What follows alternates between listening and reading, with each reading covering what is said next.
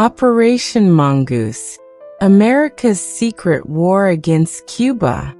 In the aftermath of the Bay of Pigs disaster, President John F. Kennedy authorized Operation Mongoose on November 30, 1961.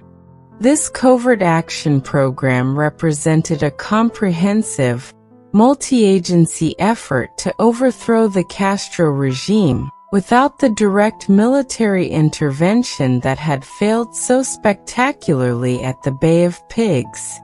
The operation was placed under the formal oversight of Brigadier General Edward Lansdale, with direct operational control maintained by the CIA and coordination through a special group, Augmented, that included Attorney General Robert Kennedy, who took particular interest in the program. Organization and structure. Unlike the singular thrust of Operation Pluto, Mongoose was designed as a multifaceted campaign with several key components. 1. Command structure. The operation established a complex chain of command involving the Special Group, Augmented, for high-level policy guidance, a dedicated operations headquarters in Miami, JM/Wave, that became the CIA's largest station outside of its Langley headquarters, a network of approximately 400 CIA officers directing the activities of over 2,000 Cuban exile operatives. 2. Operational base. The CIA established its Miami station, codenamed JM/Wave, in a former Naval Air Station at the University of Miami's South Campus, operating under the cover of Zenith Technical Enterprises. This facility served as the nerve center for all Cuban operations. 3. Budget and resources. At its peak, Operation Mongoose had an annual budget exceeding $50 million, equivalent to over $450 million today, making it one of the largest covert operations in CIA history. The six-phase plan. Lansdale developed an ambitious six-phase program designed to culminate in Castro's overthrow by October 1962. Phase 1. Intelligence gathering and network building inside Cuba. Phase 2. Political, economic, and psychological actions to destabilize the regime. Phase 3. Sabotage and destructive operations against key economic targets. Phase 4. Intensification of sabotage into widespread guerrilla warfare. Phase 5.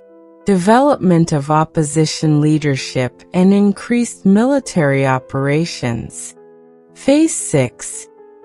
Open revolt and overthrow of the communist regime.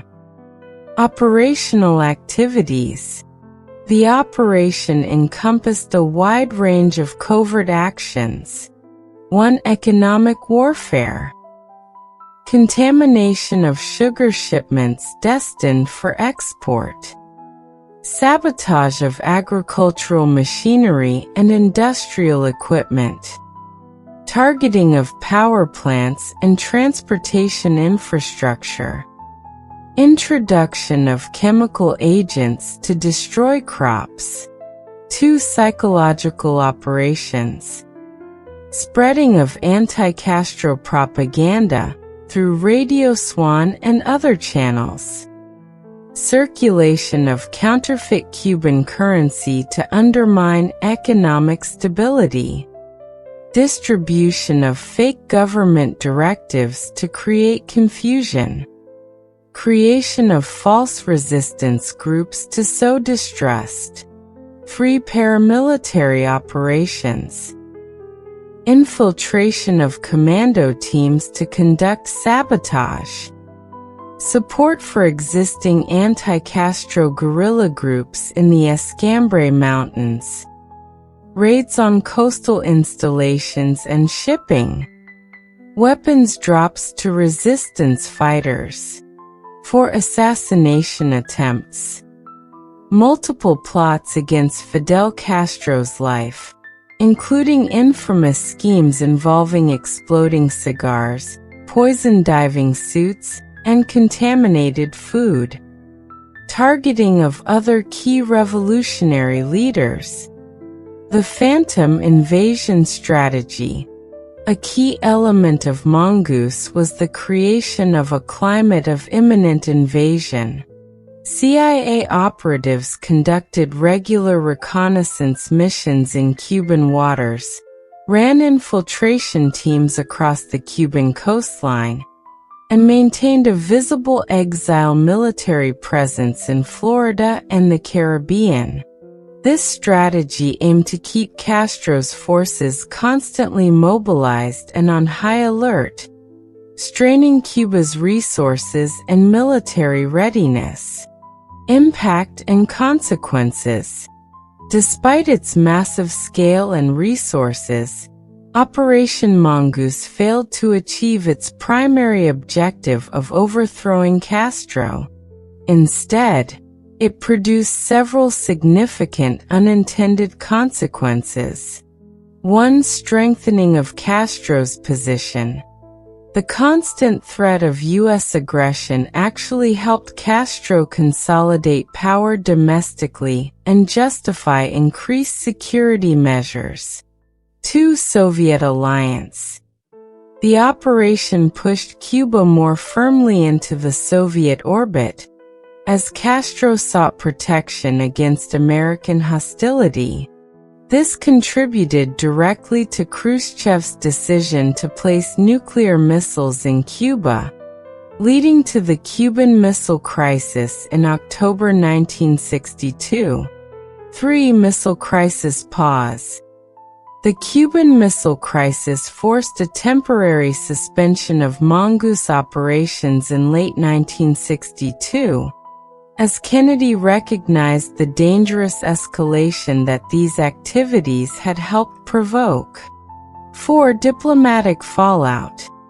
Revelations about the operation damaged U.S. standing internationally, particularly in Latin America, where it reinforced perceptions of American imperialism.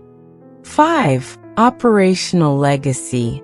Mongoose established operational patterns and methods that the CIA would employ in later covert actions around the world, including the use of exile groups, economic sabotage, and psychological operations. Post-Missile Crisis continuation. Following the Cuban Missile Crisis, Mongoose was technically terminated in its original form, but many of its components continued under different code names. The CIA maintained its Miami station until 1968, continuing various anti-Castro operations with reduced intensity, but similar goals. Historical assessment. Operation Mongoose represents one of the most extensive covert action programs in American history. Its failure demonstrated the limitations of covert operations in achieving major foreign policy objectives, and the potential for such operations to produce dangerous unintended consequences. The discovery of these activities by congressional investigations in the 1970s led to significant reforms in the oversight of U.S. intelligence activities and contributed to changing attitudes about the appropriate use of covert action as a foreign policy tool. In the context of the Cold War, Mongoose stands as a prominent example of how proxy conflicts and covert operations often escalated tensions rather than resolving them. bringing the superpowers closer to direct confrontation despite their efforts to avoid it.